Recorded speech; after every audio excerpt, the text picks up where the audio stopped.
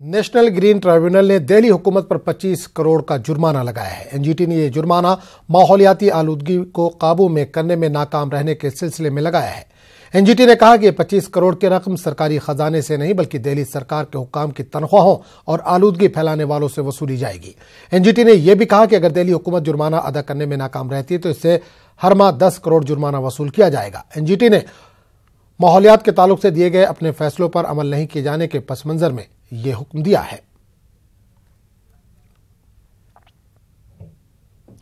साबिक chief election commissioner ने नोटबंदी के ताल्लुक से बड़ा बयान दिया। इन्होंने कहा कि नोटबंदी के बावजूद इलेक्शन में इस्तेमाल होने वाले काले धन पर रोक नहीं लगी है। इन्होंने कहा कि इस बार इलेक्शन के दौरान गुज़िश्ता की बनिस्बत ज्यादा नाजायज रकम जब्त की गई है।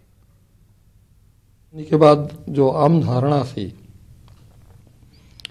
कि चुनाव में पैसे का दुरुपयोग कम होगा, वो सीजर के आंकड़ों से ऐसा प्रमाणित नहीं हुआ। सीजर जो है पिछले इलेक्शंस की तुलना में उन्हीं राज्यों में और भी ज़्यादा हुआ। उससे ये लगा कि जो पॉलिटिकल क्लास है या जो उनके फाइनेंसर क्लास के लोग हैं उनके पास कैश की कमी नहीं हुई। और ये जनरली देखा गया है कि इस तरह के मामलों में जिस पैसे का उपयोग होता है वो जनरली ब्लैक मनी होता है। तो कम से कम इलेक्शन में आने वाले ब्लैक मनी पर कोई लगाम नहीं लगा। गुजरात पुलिस कांस्टेबल इम्तिहान मंसूख किए जाने के मामले में गिरफ्तार 3 मुलजिमीन में 2 बीजेपी लीडर भी शामिल हैं। पेपर लीक मामले में बीजेपी लीडरों के नाम आने से 4 जानिब से तनकीदें हो रही हैं। इस मामले में एक पुलिस सब इंस्पेक्टर और 2 बीजेपी लीडर को गिरफ्तार किया गया है।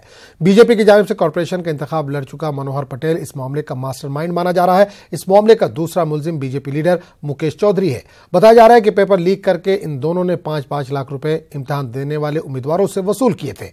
वादा है कि गुज़िश्ता दिन सब इंस्पेक्टर का इम्तिहान होना था, लेकिन ऐन वक्त पर इम्तिहान मनसूख कर दिया गया था। पुलिस सब इंस्पेक्टर के इस इम्तिहान में 8 लाख से ज्यादा अफराद शामिल थे।